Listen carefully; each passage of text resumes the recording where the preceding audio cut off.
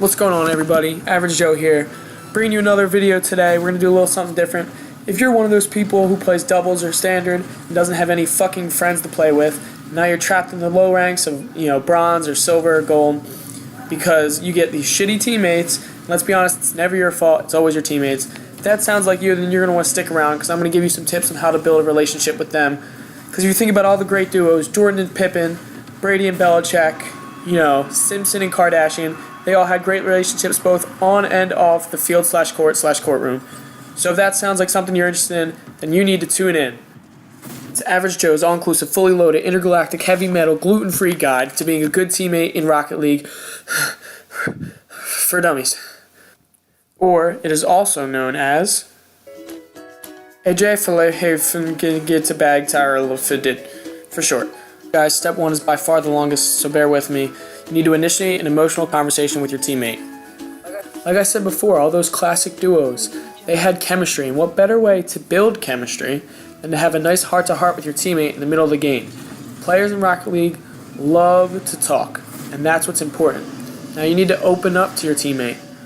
You want to say something that's deep, but not too deep, because you don't want to scare him away. Maybe you just want to say something like, I don't know, off the top of my head, this is completely random, but when I look in the mirror and I'm naked, my male parts make me sick, and I actually want to be a girl. Or in this situation, I decided to go with the elegant and never out of style. I caught my girlfriend having sex with my best friend, and then when I got home, my dog was dead.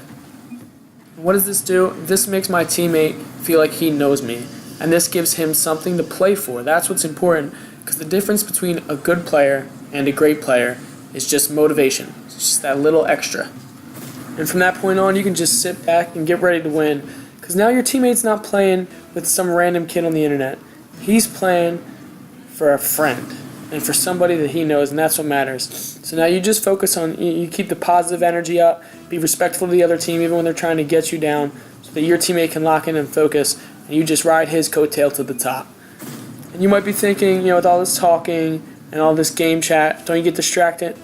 And won't you start to fall behind? And your play might suffer, but your teammate, he's going to be ready to pick you up now that he knows you're pretty much your whole life story and how sad it is. So that really wraps it up for step one. It brings me into step two, which really goes hand in hand with this one, and is just another way for you to get closer with the people you play with online so that you really have some chemistry and can continue to dominate and pwn some noobs, bro.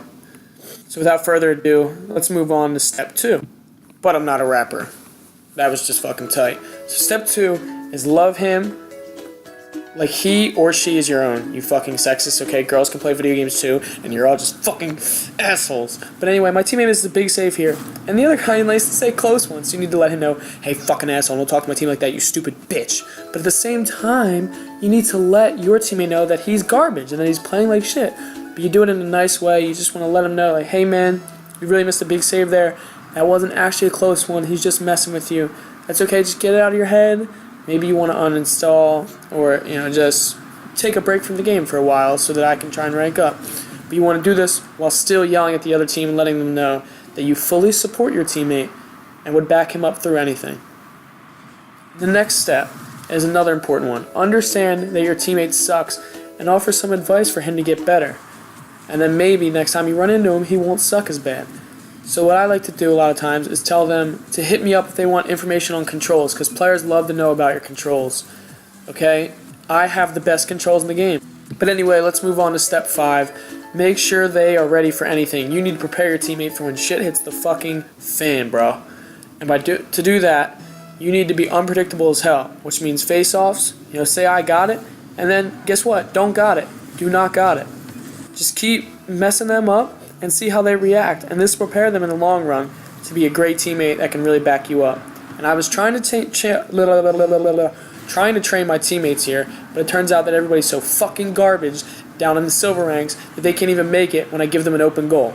You can also do this when your teammate is being a little bit of an asshole. For instance, my teammate likes to take a shot at me here, so I just want to teach him a lesson and say, hey man, I'd really appreciate it if you didn't talk to me like that.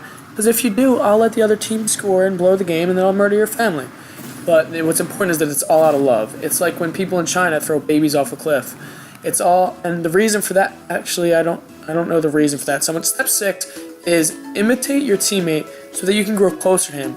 This is like animals in the wild, when they, like monkeys when they imitate humans. It says like, hey, I love you and some shit, and just supports them also, and it builds your confidence. So my teammate whiffs here, I whiff here. You know, monkey see, monkey do.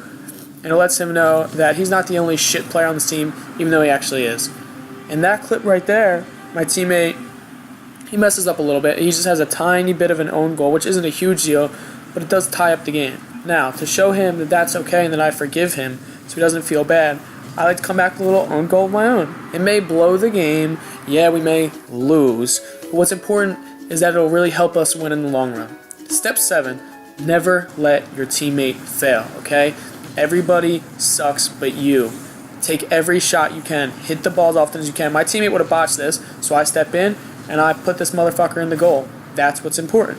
Right here, he would have missed the save. I got it. Easy save. Epic save. Just basically never let your teammate touch the ball if possible. It may look like right here I may have caused the other team to score a goal. Right here I go for the shot. You know, maybe everyone thinks my teammate could have scored that. No, he would have just missed it. And, you know, I'd rather take my shot, take my chances, because your teammates suck. Step 8 is allow your teammate to succeed if possible. I know some people are garbage. That's the whole point of this video. But you gotta let them, you know, you gotta take some chances. So for this, I fake, all about the fakes, and I tell him to take the shot. It may piss me off when he misses, but that's okay. Right here, open net, perfect opportunity for my teammate to come in and take the shot. So you just hit him with the take the shot in the chat. The guys love that. Your teammates love when you do that, when you tell them to take the shot. Right here, another open goal. I tell him, hey man, take the shot. Take the shot. Where is he? I don't know. But I know that he knows that I'm not touching this fucking ball until he does. And this is just going to help him get better, and it's really going to help you win. Even if it looks like you could have scored, it really helps the team in the long run. Because as your teammate takes more shots and gets better, like in this situation, it may look like I could have scored, but now my teammate's confidence is through the roof, and that's part of being a good teammate. It really teaches them a lesson. That's what's important. Step 9, tell your teammates something about yourself. Okay, this is part of the opening up process. It's like when you're on the first day of class and the teachers are handing out the syllabus. Tell them something interesting about themselves. It may sound stupid, guys, but it works. Think about that friend you met in class, okay? I personally like to tell people that I can duplicate items in Rocket League. It's something true and it's something interesting. Step 10, interest them in a trade. Now, this may seem like it has something to do with my something interesting about myself, but it has nothing to do with it. But you'd like to follow up and you want to interest them in a trade because teammates love when you are in the middle of a game and you say, hey man, after this game you want to go trade. It really takes the pressure off the game and lets them know that you're focused on items and trading. So that's it, guys. That's all 10 steps to be a great teammate in Rocket League. Really get you out of those low ranks because I know it's hard to play without a partner. And I like to call it the Average Joe system because as you see, it basically spells out Average Joe. It's kind of like the Dennis system from It's Always Sunny, but I like to call it the Average Joe system. In the beginning, yeah, it may have been a guide, but it's a fucking system, okay? Anyway, thanks for joining me. Stay tuned and comment and like and some bullshit. You can do some stuff.